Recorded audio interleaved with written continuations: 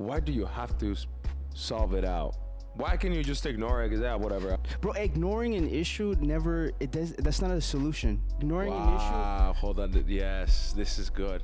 The fact that you came up and you told her that what needed to be told, she needed to hear this to improve.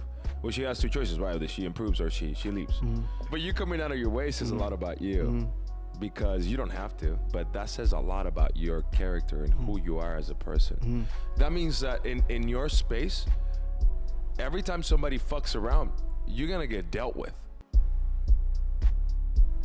Like if me and you are speaking, this is January 1st of 2024, and I'm asking you, dude, what good things happened this year, 2023? What are some things that already happened? Like, go to a perfect world today, and dude, this is where we're at today. I'm excited. 2020 was a great year. Explain it to me right now.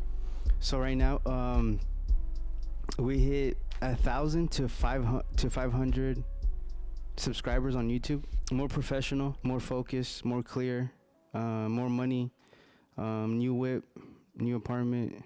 See, it's great. Yeah. That's awesome. I think it's too little. I think 1,000 to 500 is very little. But that's a start. I was gonna say like 1 million. I think we start at 10,000. 10,000? Like 10,000 will be, for me, like, okay, official. Like, even for every account, I think 10,000 is the benchmark, the starting point. Where, okay, you actually have a following. A following. Because I was just thinking, like, how quickly a clip can go, like, viral. And, like, how much people you can just start following just off that one moment. Yeah. So that's why I'm like, I don't want to go too low. And I don't want to like go too high. Like I just was something realistic. Like I think like 100 to 500,000. 500,000? 500,000 subscribers. 100,000 to 500,000 subscribers. Subscribers. Okay. That's exciting. Because you said 500 to 1,000. No, 500,000. Oh, got it. No, Okay, yeah, I think 500. 100,000 okay, got to it. 500,000. Yeah. I think I did say 1,000 to 500. Yeah, that's what I thought. Bad, 100,000 to 500,000. Yeah. That's great. And I like to go to that place to say, who are you? 2023, you explaining to me your goals and who are you? Tell me about the goals that happened, the good things that happened.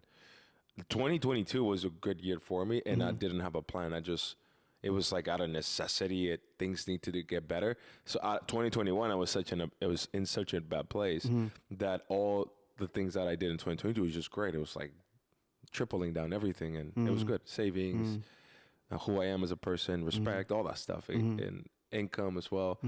Even the podcast as well. I think 2021, it was just an idea. But 2022, it happened. And we went through like all this roller coaster. And it was the second half of 2022. Second half. It really took off. Not even the first half. Yeah. So we've only been doing this for like 6 months. Yeah.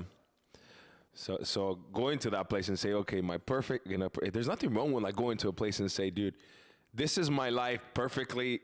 In a perfect world, if my goals would happen, this is what it looked like. It's a fun place to go to, and you should always tap into that more often than not. Be in that place of this is what my life I wanted to, because many times you're caught up in all these things. The media, what's happening, the news, the Tates. Yeah, the Tates. Right? that gets you, although I love those guys, but that gets you distracted from your goals. But ultimately, that's what matters, not what's happening around the world. If you ask me, what is one area of your life that you're very excited about, like in terms of self-developing yourself, one is support. The second one is full control of emotions. And why is that necessary? I think you said earlier, dude, I think you're afraid of confrontation. You just don't want to deal with it, and you ignore. And I ignore. I'm the type of person that flees. So I ignore. I just, whatever I don't want, I get over it. Take me 1 or 2 days, and then we'll talk about it. But you believe it's necessary to have confrontation, but also necessary to stay logical, not emotional. Let's process this eye to eye. Why is that necessary? When it comes to confrontation, dude, like I feel like whether it's in a relationship or even with yourself, like you gotta stand up for yourself. Yeah. You gotta stand up for yourself. To me, when I hear stand up for yourself, it's like fight for you. And like fight for yourself, or what do you mean fight for you? Yeah, it's almost like even at work, right? There's things that you could be taken advantage of with whatever the case might be at work. And sometimes you have to stand up for yourself and say, this is not right. Yeah. But many times when you have the conversation, it's emotional.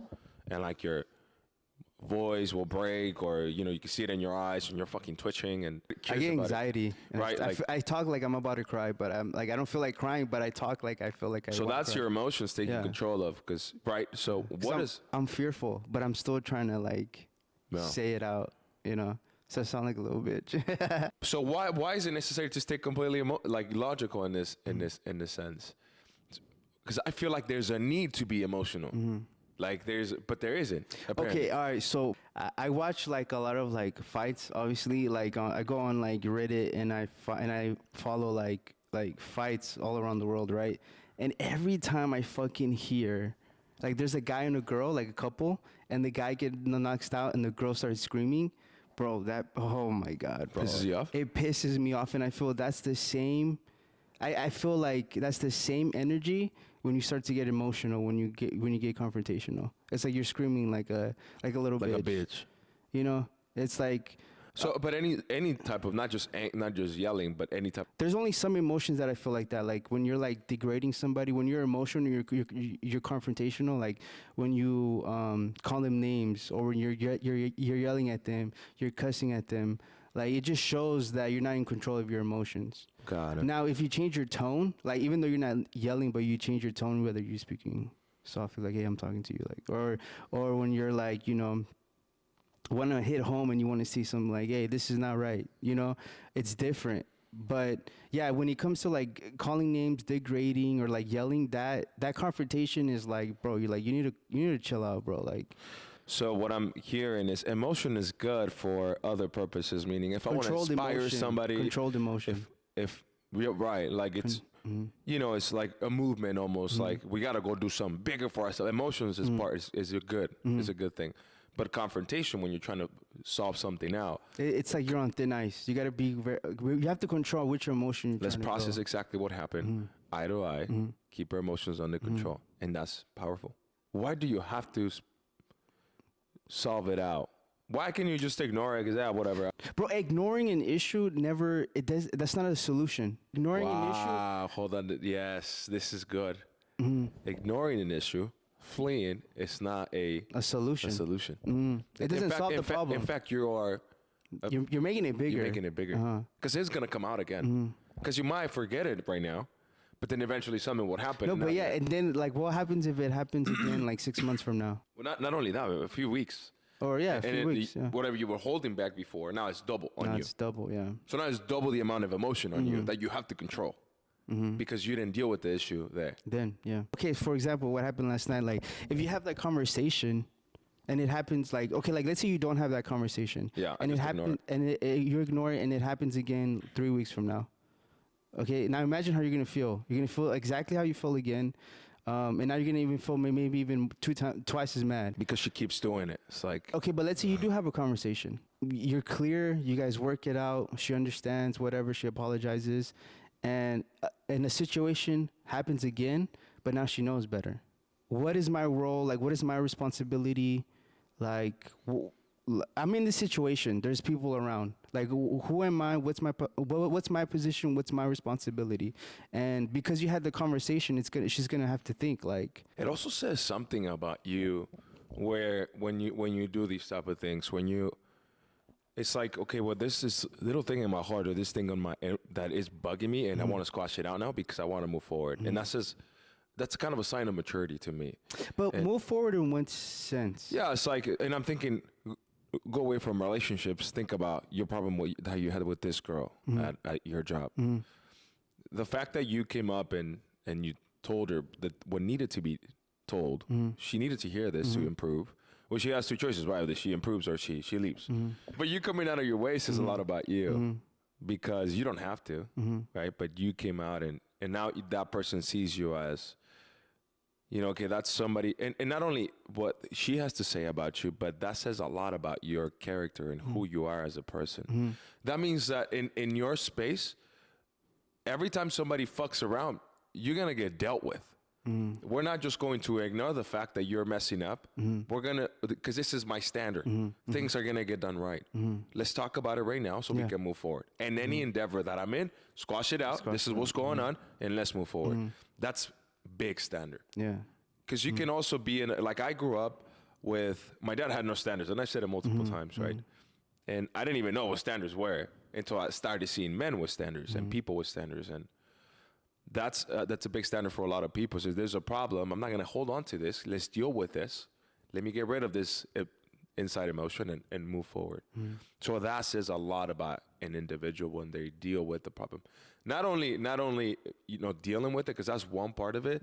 The second one is staying logical within. That's another part of exercise. But dealing with it is necessary. So I think that says a lot about your character, the fact that you want to deal with this and move on. And it doesn't happen all the time, dude. I'm still learning how to do that. I'm still learning how to like be confrontational without being emotional, and just speaking my mind and being like, hey bro, you need to stop this shit, or like you need to pick up the slack, or you need to do this. And it has to, and also like those things have to be like reasonable. I'm just not gonna call out like every little shit just because it's not done my way. It's just like, yo, like if we're working as a team, like, yo, you have to perform. Bro, but like why do you feel like you don't like confrontation? I never seen an example of like properly dealing with things. I think that's one. And of course, it takes discipline to control yourself during, especially conversations, confrontational. So I think that's one of them. My entire life, like I saw, how I dealt with my dad, just ignoring it. It's like my dad was like, he did a lot of things that were, he was just, my way to deal with my dad is like he'll say to do something, or he'll like try to fight with me, but like over words or something like that. And I was just, okay, listen, yeah. And I just completely ignore it. So one thing that I saw my sisters do all the time, they'll talk back to him and they'll be back and forth and they'll be just lead to fucking hell. So the only people I dealt with my whole life were people that were very emotional, that even if I'm trying to solve a problem, it's like, you're going to beat my ass up if I keep talking back to it. Because you think I'm like being rude or whatever.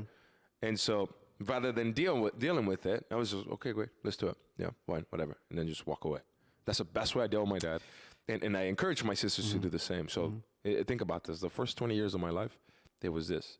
So confrontation is, don't deal with it, or just walk away from it. Ignore it, whatever. It'll go away. But that's a sign of weakness now. It is. Because, and you said it, dude, ignoring a problem, it's a sign of weakness. Ignoring the person. And that's the way I deal with problems right now. When I see something I dislike, I just don't talk to the person until I'm over it. But people have come up to me, like Jesus. He's like, dude, stop doing that. Like, why do you ignore me? I fucking hate the fact that you ignore me. And because you know how much you mean to me, you're a big presence because you're a pillar, and you ignore me, bro, it affects me. That's the only way I know how to deal with problems. I just want to ignore you. Just stay the fuck away to my lane. Same thing with my wife. Like, I just ignore it, and they hate it. So rather than dealing with this. Dude, 2023, bro. It's a confrontation. 2023, bro. All year, bro. Yeah. But think about that for a second. Yeah, the person of you just keep learning how to use your emotions, because I believe emotion is necessary.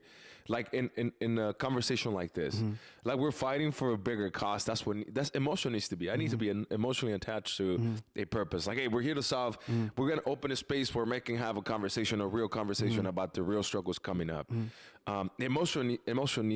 There has to be emotion in that.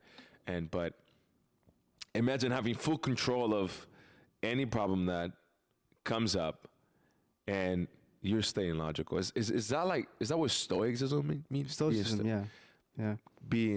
Feeling pain, feeling frustration, feeling anger, but still dealing with the situation without actually showing it. Even though you feel it, you're not showing it, but you're still doing it. That's intimidating. Yeah, it's hard. That's a good space to be in. So now let's talk about actually like building your woman, which is, I think, something that you like to talk about a lot. Yeah.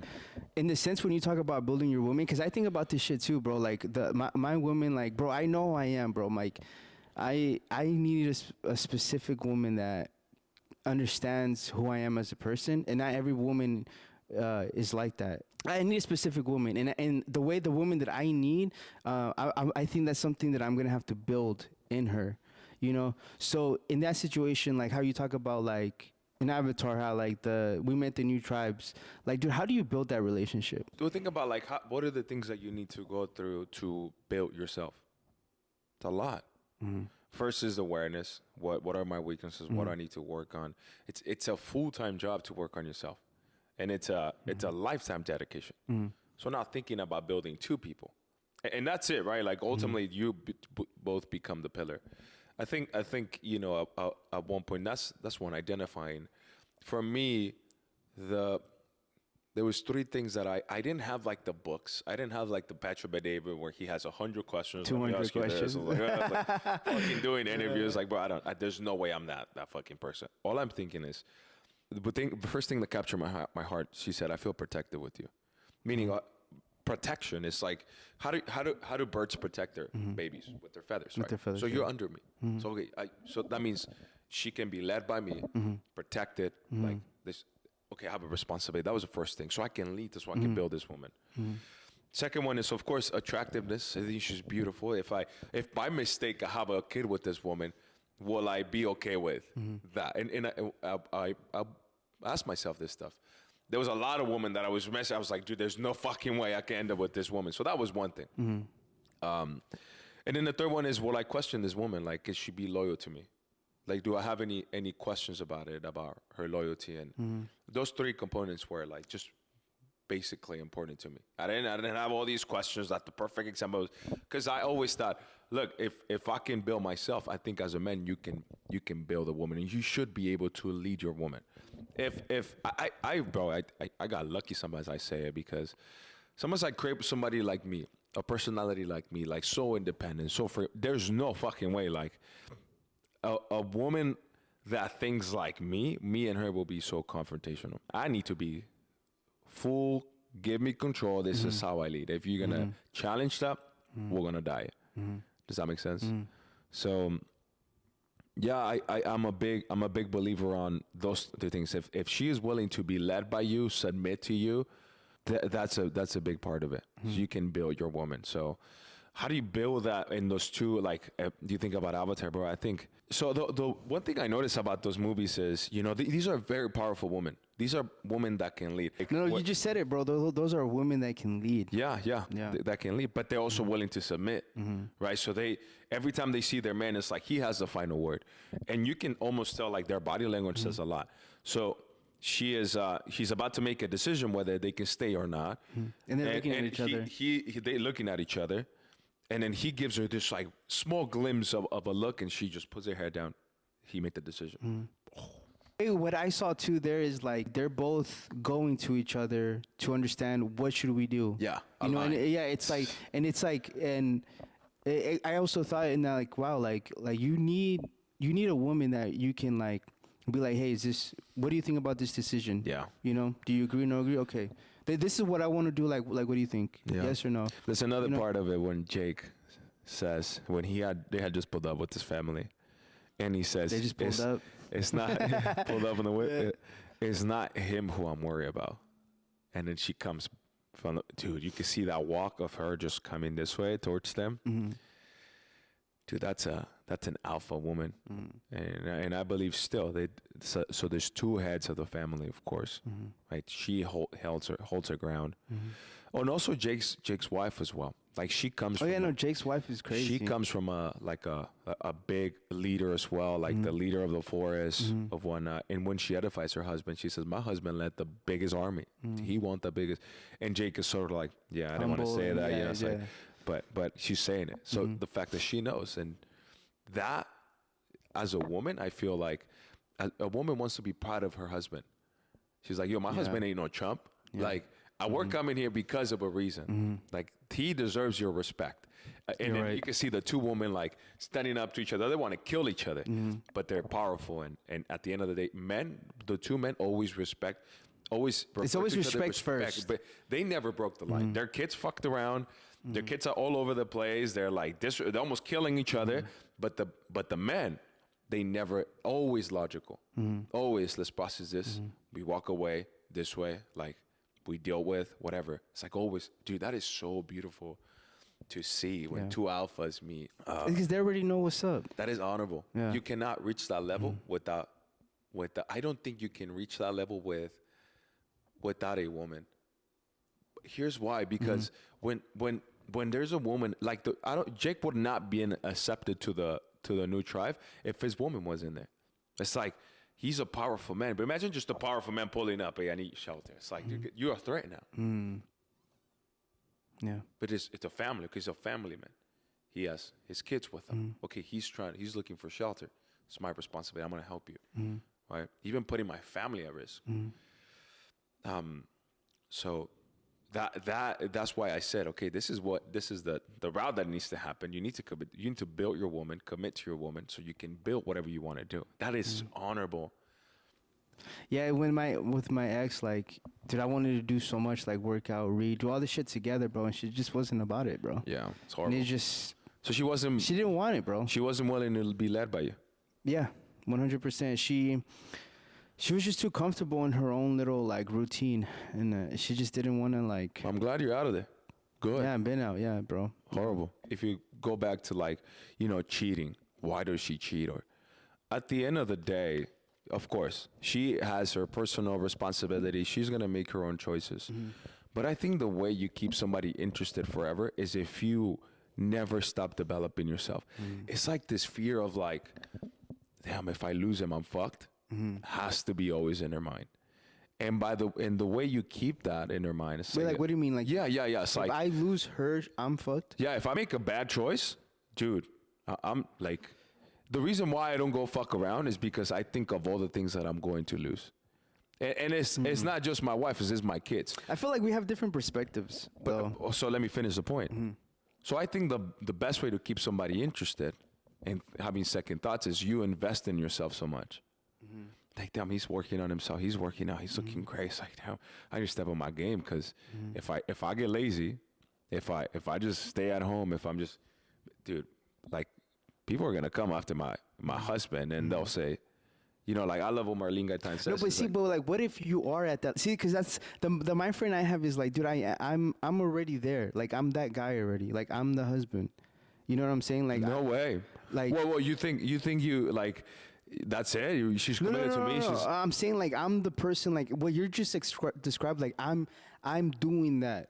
I'm improving myself. I have a good body. I'm providing. I'm protecting. Like, I am the man of the family. Like, I am the one doing everything. Yeah, but you can also get very comfortable, and you can, and it's obviously that it happens more often than not. People get very comfortable because I'm already married, so you start growing a belly. So you stop, getting crazy about your goals. So you're thinking, how people say, you get married, you're fucked. All of the goals, all the things you want to do, that's it, out the window. It's so stupid. Yeah. This is why marriage are broken, because, well, there's no purpose. You think, okay, we got it. So you got to stay on your toes. That's what I'm talking about. Stay on your toes. That's how you keep your woman moving forward. It's like, I my goals got to come first. I want to do big things. And that's how I believe she's like, okay, I can't lose this man. Because trust me, if you fall asleep at the wheel, and your woman is motivated, she wants to be led. Oh, she gonna leave your ass, bro. You know what I'm saying? Like, someone's gonna come and say, it's like, she's okay, well, why am I comparing? Yeah. Like, I think that's the best way to keep somebody interested in you. You never, like, stop. When you're dating somebody, it's almost like you want to seem so, you go get her, you still do your thing. No, but then when you have her, it's like, you're chilling. We're kicking back. I already have her. So that should never stop. And she should never stop you from, like, doing the things that you want to do, because that happens too. She wants you to stay at home. She wants you, let's cuddle, let's go do ice cream. She wants all your time and attention when you got to go out there and build and shit. It's like that's another battle too. It's like, yo, there's no way you're gonna get me distracted from this. And if she starts being problematic because you want to go out there and it's like questioning, it's like, well, homie, you got yourself a bad deal. Deal with this shit. Like, let's deal with this. If not, tough, man. Yeah. That's why that's why right now I'm extremely patient. Like, I'm trying to build what I have. Like, when I get into a relationship, bro, like, she has to understand that I'm out here building something. Like, she can't be like, yo, let's go on vacations like 3 times a year. Let's do this. Like, bro, honestly, like, dude, like, what's different between you and me, because I know you have a family and I'm single. But, bro, like, I don't want to celebrate birthdays, dude. Like, I don't want to celebrate holidays. Like, I want to work, bro. Like, I want to, like, just grind it out until we actually really do make it. Yeah. Like I want to put my head down, and I don't want to look up. I don't want to get up until I know that this shit becomes exactly what we intended it to be. Yeah. You know what I'm saying? Like, but it's different. I know you have a family. Yeah. I'm The little one the single. other day, Ian is like, Papa, all you do is work and do business and work and do business and do business and do business. That's all you do. You never spend time with your kids. Wow. He's a 4-year-old. Yeah. And I thought, damn, like, where the hell is he getting this from? Yeah, exactly. But it is necessary. Now I have a responsibility. I need to spend time with this kid. Right? I need to. It's my responsibility to make sure that he never questions it. And well, he knows, like, okay, he's doing business. Dude, he's such a good man, bro. Like, you have to. He has a good heart. Yeah, dude. Like, when he sees me getting emotional, like, angry. He knows. Yeah, like, he talks. He's like, Papa, I need to talk to you. He's like, Papa, what do we do to Mama? Well, the same things I tell him. And he tells it back to you. Yeah. We protect her. What else, Papa? We talk to her. What else, Papa? Well, right. Yeah. The same thing with, like, Liam. The other day, when was it? On Thursday? Friday morning. We were supposed to do business planning, but we took the boys. So we went to Chris Solis, and, like, all the MDs were there. And, dude, these guys are just crazy. Like, Liam doesn't stop crying. I'm, like, going fucking nuts. And I just say, all right, fuck it, I'm out. Like, so I grab a kid. So I grab Liam Ruff. And then he's scared. So I said, Papa, follow me. So we're going to the car. And he's like, Papa, where are we going? So I know he's scared. He knows when I'm like, hey, Papa's had it. So he's like, he's a little fearful. He's like, Papa, what do we do to Liam? So he's trying to talk to me, like, reminding me. And I said, yeah, Papa, you're right. And he's processing me the same way I process with him when he gets emotional. And then it's like, okay, calm. It's like, okay, fine. Yeah, these are kids, right? They just want to, there's a business meeting. Okay, so we go to the park. And then he forgets about it. But I love that part, bro. This guy is such a special kid. Yeah. Such a special kid. Because he processes stuff. Yeah. Yeah. That's good. Yeah. That's really good. Yeah, man. So, fired up. I'm fired up for our future guests. And I am very excited to see our future guests and to hear different perspectives. Yo, that should be a question. What's your man print? Yeah. That should be like something we asked him. What's your man print? Well, in fact, when you ask all these questions, it's like, even with Chris Solis, you notice, like, He's like, closer to your mom or dad brokenness, right? The reason why you struggle with certain things. Seeing his mom, like, this is the reason why this guy has a crazy work ethic, has big, thick skin, because he saw his mom. That was his blueprint. So that's we'll talk about the man prints. Like, this is what we're creating. That's Chris's man print, which is very interesting. The relation with his dad and his mom is great. That was a great podcast, so it gives us, like, good idea of, like, the direction we're going. Yeah. Yeah.